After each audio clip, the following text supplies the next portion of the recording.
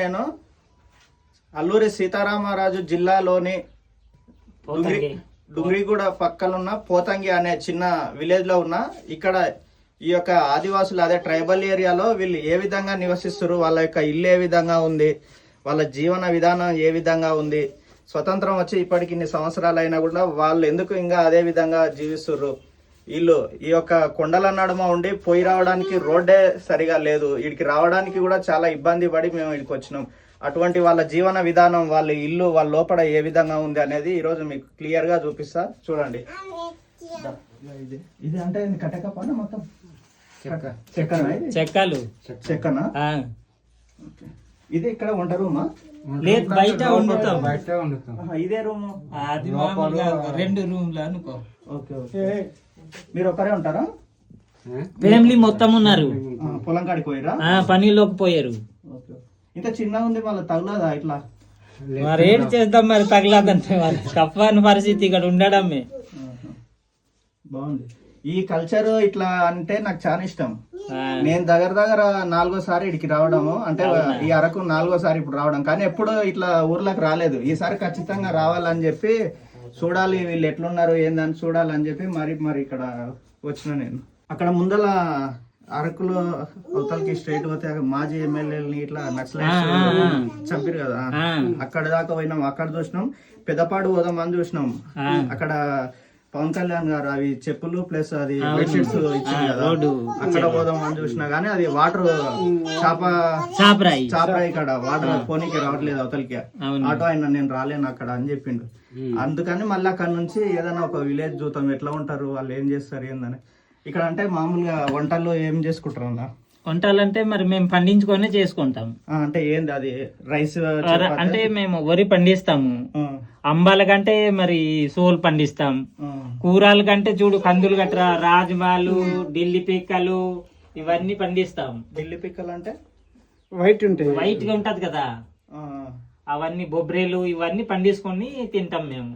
ఏమైనా ఎంతసేపు మీరు పండించుకొని తినేది, ఏమైనా కొనుక్కొచ్చుకొని అట్లా ఏం చేయరు కదా? లేదు, టైం వస్తే కొనుక్కుంటాం. ఎందుకంటే వర్షాకాలం అయితే మేము పండిస్తాం కదా, పై నీళ్ళకే మేము ఆధారం. అవును, ఈ కొండల మధ్యలో వచ్చే నీళ్ళతో ఆధారం, దాంతో పండిస్తాం. ఈ ఎండాకాలంలో అప్పుడు బోర్లు అవి నీళ్లు ఏం లేదు. సంతలో ఇట్లా ఏమమ్ముతారు మీరు? ఒకవేళ ఇక్కడ పండించిన ఏ కూరగాయలు మేము సంతలో అమ్ముకోవాలంటే క్యారెట్, క్యాబాజీ, కాలిఫ్లవర్ ఇవన్నీ సంతలో తీసుకెళ్లి అమ్ముకుంటాం. ఇది అమ్మేసి మళ్ళీ మాకు కొన్ని లేని సామాన్లు కొనుక్కొని వస్తాం. ఈ చికెన్ ఇవి ఏమన్నా మీరు నాటుకోళ్ళు పెంచిండ్రు కదా కొన్ని, ఇప్పుడు అవి మీరే తినడానికే అమ్ముతారా? దాన్ని అమ్ముతాం. ఎవరైనా సుట్లు వచ్చారనుకో, గెస్ట్ వచ్చారనుకో, బంధువులు ఎవరైనా వస్తే పెద్ద కోడి ఉంటే అప్పుడు వేస్తాం. ఈ అంటే మటన్ ఉంటది కదా, గొర్రె పొడేళ్ళు ఇట్లా అవి గొర్రె, మేక, గొర్రె. మేకలంటే మాకు ఎప్పుడు పండగ వచ్చినప్పుడు. పండగ మీరేం పెంచుకోరా? అవి పెంచుకుంటున్నాం, కానీ అది ఒకటి తినడం అవ్వదు కదా. మేము గ్రూప్ ఒక కుటుంబం ఒక 10 మంది ఇలా జట్టు అయితే అప్పుడు కోసుకుంటాం. పండుగల రోజు తింటారు. లేకపోతే అంత తోమత లేదు కదా మాకు తినడానికి. మీరంతా కోసుకొని తినేంత తోమత లేవు.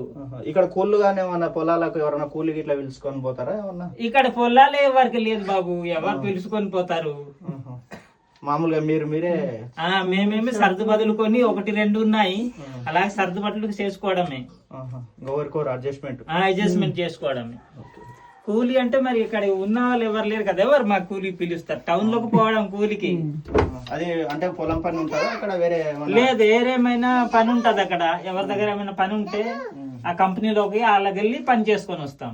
ఇక్కడ నెల పని చేసామంటే బయట వెళ్ళి నెల పని చేసుకొని వస్తాం. లేకపోతే మరి కుటుంబం కష్టం కదా, కష్టం అయిపోతాం. ఈ చీకట్లో మళ్ళీ ఏమన్నా అయితే ఇక్కడ మళ్ళీ పోవాలంటే చీకట్లో అంటే మాకేమైనా అట్టగా ఏమైనా అయితే అంటే లేదు, అంబులెన్స్ ఫోన్ చేస్తూ వస్తుంది. ఏమన్నా సడన్ గా పోవాలంటే ఆటోలు గానీ ఏమైనా ఉంటాయా కిరాయి తీసుకొని పోనీకైనా సరే? లేదు, ఊర్లో ఒక ఆటోలు ఉన్నాయి, దానికైతే పర్వాలేదు, దాంట్లో వెళ్ళిపోవచ్చు. కానీ మాకు ఇబ్బంది అంటే మరి చూడు, ఇక్కడ నుంచి మోసుకొని అక్కడ రోడ్ కొని తీసుకెళ్ళవాలి. ఏమైనా డెలివరీ ఎంటర్ అయిందనుకో, మరి రోడ్ లోకి మోయాలి కదా, ఆ బండి ఇక్కడికి రాదు. పరిస్థితిలో ఉన్నాం, చాలా ఇబ్బంది లేదన్నా మీకు. ఇబ్బందిలో ఉన్నాం. కానీ టౌన్ లో ఉన్న వాళ్ళకే అంత ఆడికి చూపించుకోవాలి అదన్నా ఇబ్బందులు పడుతుంది. మీరు ఎన్నో కిలోమీటర్ల దూరంలో ఈడ ఉండి మేము రానికే మేమే మస్తు ఇబ్బంది పడుతున్నాం.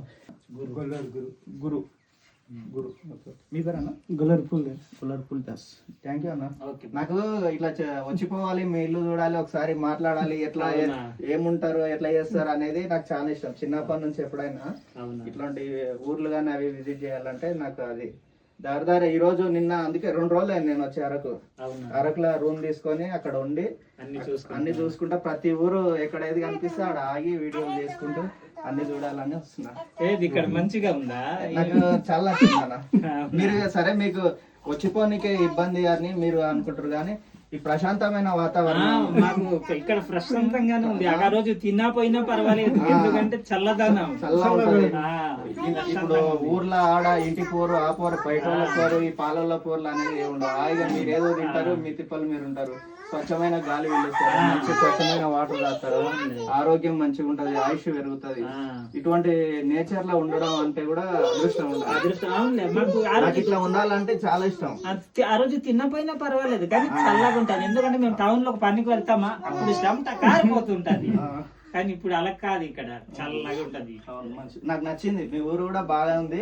ఆడ దాకా పోయి ఆ వాటర్ అది ఉంది కదా, మీరు వాటర్ తీసుకొస్తారు కదా, అది కూడా చూసి వచ్చిన నాకు బాగా అనిపించింది. థ్యాంక్ యూ అన్న. మళ్ళీ ఎప్పుడన్నా ఫ్యూచర్ లో మళ్ళీ ఇక్కడ వస్తే ఖచ్చితంగా మీ ఊరికి వచ్చి చూస్తా. ఈ వీడియో కూడా నేను పెడతా దాంట్లో, మీ ఫోన్ లోకి పంపిస్తాను నేను మీ నెంబర్ తీసుకొని.